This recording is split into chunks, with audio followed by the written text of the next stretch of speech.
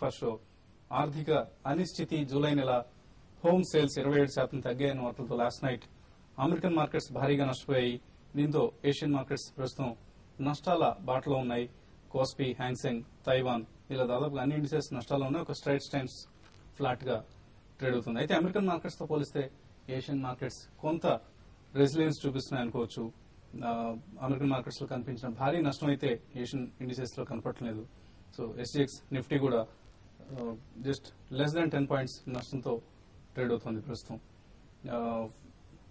European markets లో పరిస్థితి ప్రస్తుతం గ్లోబల్ గా ఆందోళన కలిగిస్తోంది.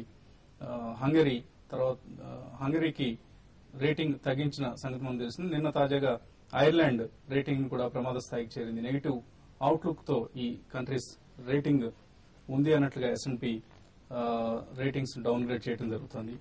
సో ఇదే ఈ సంకేతాలతో కమాడిటీస్ మార్కెట్స్ లో కమాడిటీస్ వీక్ గా ట్రేడ్ అవుతున్నాయి. గోల్డ్ ఫ్లాట్ గా ట్రేడ్ అవుతుంది. సుమారుగా $1230 దగ్గర ట్రేడ్ అవుతుంది. క్రూడ్ తిరిగి $71 పడిపోయింది. ఇది 7 వీక్స్ లో స్థాయిగా చెప్పుకోవచ్చు. అలాగే డాలర్ కూడా బలహీనపడటంతో జపనీస్ యెన్ 15 సంవత్సరాల హైయెస్ట్ స్థాయికి అంటే ఒక డాలర్ కు 83.6 యెన్ల స్థితికి చేరింది. సో ఓవరాల్ గా గ్లోబల్ క్యూస్ ఆశాజనకంగా లేవు అని మనకు దీన్ని బట్టి స్పష్టమవుతోంది. సో ఇండియన్ మార్కెట్స్ లో కూడా ఇవాళ కొంత gap down opening slightly gap down తో ప్రారంభమయ్యే అవకాశాలు కనిపిస్తున్నాయి. సో అలాగే IPOs లో ఈ మధ్య లిస్ట్ అయిన ప్రకాష్ స్టీలేజ్ ఈ కంపెనీ ఇవాళ లిస్ట్ కాబోతుంది. $110 షేర్లను అలాట్ చేయడం జరిగింది. సో ఎక్కడ ఏ ధర దగ్గర లిస్ట్ అవుతుంది అన్నది ఒకసారి మనకి వాటి ఓపెనింగ్ లో తేలిపోతుంది. అలాగే స్టాక్స్ టు వాచ్ లిస్ట్ లో Kane India, ECE industries, east India hotels లో ప్రమోటర్స్ స్టేక్ పెంచుకున్నారని వార్తలు వస్తున్నాయి. సో రూమ్ రేట్స్ కూడా త్వరలోనే పెంచబోతున్నట్లుగా కంపెనీ ప్రకటించింది. Hindustan Unilever, Lux, Lifebuoy soaps ధరలను రూపాయి మేరకు ₹1 పెంచారన్న వార్తలతో ఈ స్టాక్ లో కూడా కొంత మనకు యాక్షన్ కనిపించే అవకాశం ఉంది. అలాగే ఇండియన్ ఆయిల్ జాయింట్ వెంచర్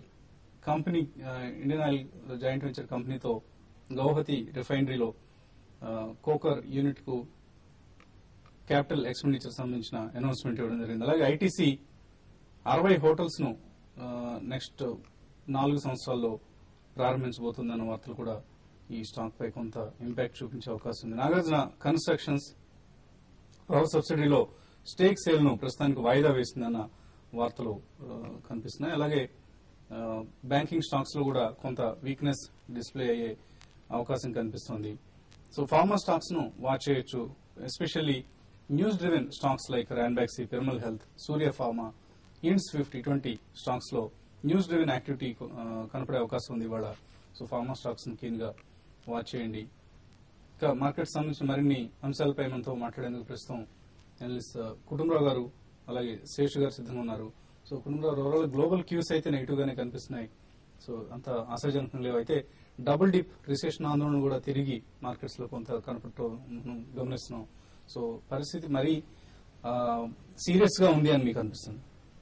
ఒకటండి, US యూరోప్ వరకు చూస్తూ ఉంటే కనుక డెఫినెట్లీ కొంచెం కన్సర్న్ డెఫినెట్లీ డెవలప్ అవుతుంది అనమాట. ఎందుకంటే ఎక్కువ రోజులు ఇమ్యూన్ గా ఉండలేము అనమాట గ్లోబల్ ఇంపాక్ట్ దగ్గర నుంచి అనమాట. ఎందుకంటే ఇప్పుడు డీకప్లింగ్ స్లైట్ గా కనిపిస్తుంది ఎమర్జింగ్ మార్కెట్స్ కి, డెవలప్డ్ మార్కెట్స్ కి. ఎందుకంటే లాస్ట్ 3 వీక్స్ చూస్తే కనుక బ్రిక్ నేషన్స్ అన్ని దాదాపు 3 to 4% గెయిన్ అయినాయి. Various led by France, Germany, UK, USA ఇవన్నీ కూడా దాదాపు 6 to 7% స్లైడ్ అవటం కూడా మనం చూసాం అనమాట. కాబట్టి ఈ impact at certain point definitely decoupling ఆగిపోయి మన పైన కూడా ఇంపాక్ట్ రావటం మనం రూల్ అవుట్ చేయలేము అనమాట. బట్ నియర్ టర్మ్ లో చూస్తే మాత్రం మన దగ్గర డెఫినెట్లీ మార్కెట్స్ చాలా రెసిలియంట్ గా ఉన్నాయి. ఎందుకంటే దానికి కపుల్ ఆఫ్ రీజన్స్ ఉన్నాయి. ఎందుకంటే ఈసారి మాన్సూన్ బాగుంది, దాంతో డెఫినెట్లీ ఫుడ్ ఇన్ఫ్లేషన్ ఏదైతే తగ్గటం మొదలు పెట్టిందో ఇంకా తగ్గుతుందని అనుకుంటున్నారు. ఓన్లీ థింగ్ ఈ సప్లై డిమాండ్ మిస్ మ్యాచ్ తోట ఇన్ఫ్లేషన్ RBI కంట్రోల్ చేస్తుంది అగ్రెసివ్ పాలసీ మెజర్స్ తోట అని చెప్పేసి కూడా ఎక్స్పెక్టేషన్స్ ఉన్నాయి. కాబట్టి అట్లీస్ట్ గ్రోత్ రేట్ మెయింటైన్ చేసి ఒక fast track reform measure like DTCది ఇంట్రడ్యూస్ చేయడం కానీ సెషన్ లో, లేకపోతే GST బిల్ కూడా ఇంట్రడ్యూస్ చేయడం కానీ చేస్తే కనుక డెఫినెట్లీ ఇదే డీకప్లింగ్ కంటిన్యూ కావచ్చు. ఎందుకంటే FIIs బేసికల్లీ ఎమర్జింగ్ మార్కెట్స్ లోనే డబ్బులు పెడుతున్నాయి. లైక్ కొరియా, ఇండియా, థాయిలాండ్ ఈ కంట్రీస్ లో అనమాట. అంటే they are expecting outperformance from these markets. కాబట్టి నేను అనుకోవటం ఈ ఇన్ఫ్లోస్ ఉన్నంతకాలం, లిక్విడిటీ ఉన్నంతకాలం మార్కెట్ సస్టైన్ అవుతుంది. వన్స్ లిక్విడిటీ డ్రై అయితే మాత్రం definitely we may face problems. మన దగ్గర కూడా closer to the festival season like Diwali దగ్గరకు వస్తున్నప్పుడు కొంచెం లిక్విడిటీ క్రంచ్ వచ్చే స్కోప్ ఉంటుంది. కాబట్టి సెప్టెంబర్ సిరీస్ లో కొంచెం కాషియస్ గా ఉండమని చెప్పేసి చెప్తాను. ఈ సిరీస్ లో ఇంకా జస్ట్ రేపే సెటిల్మెంట్ కాబట్టి నిఫ్టీలో క్రూషియల్ సపోర్ట్ మాత్రం 5480. నిన్న 5480 ఫ్యూచర్స్ లో టెస్ట్ చేసే రీబౌండ్ అయిందనమాట. 5480 కింద ట్రేడ్ అవటం మొదలు పెడితే 5420 వరకు కూడా స్లైడ్ అయ్యే స్కోప్ ఉంటుంది. But as long as 5480 cut కానంత వరకు మాత్రం ఫ్రెష్ షార్ట్స్ మాత్రం ఇనిషియేట్ చేయొద్దు అని చెప్పేసి చెప్తాను. ఓకే అండి. సో ఫ్రెష్ షార్ట్స్ ఇనిషియేట్ చేయొద్దు అన్న అభిప్రాయంతో మీరు ఏకీభవిస్తారు? అంటే మార్కెట్లు ఇప్పుడు మన మార్కెట్ అయితే చాలా వరకు స్ట్రాంగ్ ఉందనే చెప్పాలి. ఈ F&O క్లోజింగ్ మాత్రం మార్కెట్ లో పెద్ద డౌన్ సైడ్ ఉండదు అని అనుకుంటున్నాను. ఏదైనా కూడా మార్కెట్ గ్లోబల్ మార్కెట్స్ బాగా వీక్ ఉండడం వల్ల మన మార్కెట్ దాని ప్రభావం ఎంతో కొంత మన మార్కెట్ మీద ఉంటుంది. ఎగ్జాంపుల్ ఈ రోజు మనం మార్కెట్ గ్యాప్ అప్ ఓపెన్ కావాలి, గ్యాప్ డౌన్ ఓపెన్ కావాలన్నా కూడా ఏషియన్ మార్కెట్ ట్రెండ్, దాని లాస్ట్ నైట్ యూఎస్ ట్రెండ్ దీని మీద ఆధారపడి ఉంటుంది కాబట్టి మనం వాటిని తప్పించుకోలేము. ఇప్పుడున్న పరిస్థితుల్లో అయితే నెక్స్ట్ సిరీస్ మాత్రం డెఫినెట్ గా మార్కెట్ లో ఎంతో కొంత ఓవరాల్ గా మంత్లీ బేసిస్ లో చూసుకుంటే మైనస్ లో క్లోజ్ కావడానికి ఆస్కారం ఉంది. కాబట్టి ఏంటంటే ఇక్కడ సెలెక్టెడ్ స్టాక్స్ లో ఈ సిరీస్ కాకుండా నెక్స్ట్ సిరీస్ లో మాత్రం షార్ట్ సెల్ కి ఇప్పుడున్న పరిస్థితుల్లో చాలా వరకు అనుకూలంగా ఉంది. ఇటువంటి టైంలో మాత్రం కొన్ని సెక్టార్ల డిఫెన్స్, ఫార్మా చెప్తున్నాం, తర్వాత ఎఫ్ఎంసీజీలో కూడా మళ్ళీ ఫ్రెష్ బయింగ్ అనేది రావడానికి ఆస్కారం ఉంది. దీనికి ప్రధాన కారణం చూస్తే మనకి రైన్స్ బాగున్నాయి, అదొకటి. వీటికి ఫ్యూచర్ ఇక్కడ నుంచి కొంత మార్జిన్స్ ఇంప్రూవ్ అయ్యే అవకాశం ఉంది. ఇవన్నీ దృష్టిలో పెట్టుకుంటే ఎఫ్ఎంసీజీ ఒకటి, ఫార్మా ఒకటి, ఇటువంటి వాటిలో లాంగ్ పొజిషన్ తీసుకోమంటాను. కొంత హై బీటా స్టాక్స్ లో ఏవైతే ఉన్నాయో వాటికి కొంచెం లాంగ్ పొజిషన్స్ అవాయిడ్ చేయడం మంచిది. తర్వాత హ్యూజ్ ఓపెన్ ఇంట్రెస్ట్ ఉంది. ఇవన్నీ కూడా ఏంటంటే హ్యూజ్ ఓపెన్ ఇంట్రెస్ట్ ఉన్నప్పుడు మార్కెట్ ఏమాత్రం కొంచెం స్లైడ్ అయినా కూడా అక్కడి నుంచి కొంత పానిక్ సెల్లింగ్ రావడానికి అవకాశం ఉంటుంది. సో ఇవన్నీ దృష్టిలో పెట్టుకుంటే నెక్స్ట్ మంత్ మాత్రం మార్కెట్ కొంత వీక్ ఉంటుంది. ఈ రోజు అయితే ఓపెనింగ్ ఒక 20 పాయింట్స్ దాకా నిఫ్టీ గ్యాప్ డౌన్ ఓపెన్ కావడానికి ఆస్కారం ఉంది. అక్కడ నుంచి కొన్ని బ్యాంకింగ్ స్టాక్స్ లో నుంచి రికవర్ కావడానికి అవకాశం ఉంది. సెక్టర్ వైజ్ గా చూస్తే దాదాపు అన్ని సెక్టర్ చాలా ఫ్లాట్ గా ఉండే అవకాశం ఎక్కువ కనపడుతుంది. ఓకే అండి. సో ఎస్జిఎక్స్ నిఫ్టీ 19 పాయింట్ల నష్టంతో ట్రేడ్ అవుతుంది ప్రస్తుతం. సుమారుగా 5489 దగ్గర ట్రేడ్ అవుతుంది. కిరణ్ కుమార్ హైదరాబాద్ నుంచి నెక్స్ట్ కాలర్ లైన్ ఉన్నారు. కిరణ్ గారు good morning. Good morning sir, నేను ఒక 1 lakh రూపీస్ ఇన్వెస్ట్ చేయాలనుకుంటున్నాను షార్ట్ టర్మ్ కి. అవి ఏ స్టాక్స్ లో ఇన్వెస్ట్ చేస్తే మనకు మంచి రిటర్న్స్ ఉంటాయి అనేది జస్ట్ ఒక ఐడియా ఇవ్వండి సార్. ఏం చేస్తుంటారు కిరణ్ మీరు? అండ్ డాక్టర్ అండి. డాక్టర్ గారు ఓన్ ప్రాక్టీస్ ఉందా లేదా ఎక్కడైనా ప్రైవేట్ హాస్పిటల్లో ప్రాక్టీస్ చేస్తున్నాను సార్. ప్రైవేట్ హాస్పిటల్లో ప్రాక్టీస్ చేస్తున్నారు. 1 lakh రూపీస్ తో మీకు షార్ట్ టు మీడియం టర్మ్ కోసమైనా పర్లేదా? Or your only looking at we can wait up to 1 year. 1 year వరకు కూడా వెయిట్ చేయగలరు. సో 1 year వరకు ఆయన 1 lakh రూపీస్ స్పెండ్ చేయడానికి ఇష్టపడుతున్నారు. మీరు డాక్టర్ కాబట్టి క్లియర్లీ మీకు కంపిటెన్స్ ఉన్న ఫీల్డ్ లోనే ఇన్వెస్ట్ చేయండి. దట్ ఈస్ ఫార్మా అనమాట, which is very good defensive bet and continuous గా గ్రో అవుతున్న ఫార్మా కంపెనీసే బెటర్ అనమాట. ప్రిఫరబ్లీ లూపిన్ కమ్ స్ప్లిట్ ఇప్పుడు అవైలబుల్ ఉందండి. కాబట్టి బిఫోర్ 27th స్ప్లిట్ అయ్యే లోపల లూపిన్ బై చేయండి. ఈవెన్ అదర్వైజ్ మీరు డైవర్సిఫై చేద్దాం పోర్ట్ఫోలియో అంటే ఐటీసీ కూడా బై చేయండి. And partially systematic investment plan గా రిలయన్స్ కూడా కాస్త స్లోగా స్టార్ట్ చేయొచ్చండి. ఓకే అండి. So pharma and front line stocks లో రిలయన్స్ ఇండస్ట్రీస్ ను మీకు సజెస్ట్ చేస్తున్నారు.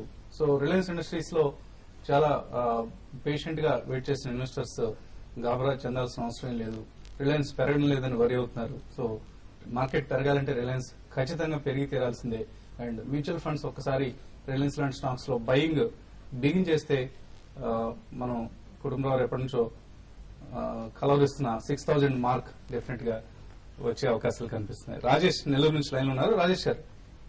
Sir good morning sir. Good morning అండి. సార్ కుటుంబరావు గారు సార్, ఈ మహీంద్రా సత్యం తీసుకున్నాను సార్. ఒక 1000 షేర్స్ తీసుకున్నాను సార్. 8 months అయింది సార్. 95 లో తీసుకున్నాను sir average price. Okay sir long term కోసం తీసుకున్నాను, పెరగట్లేదు.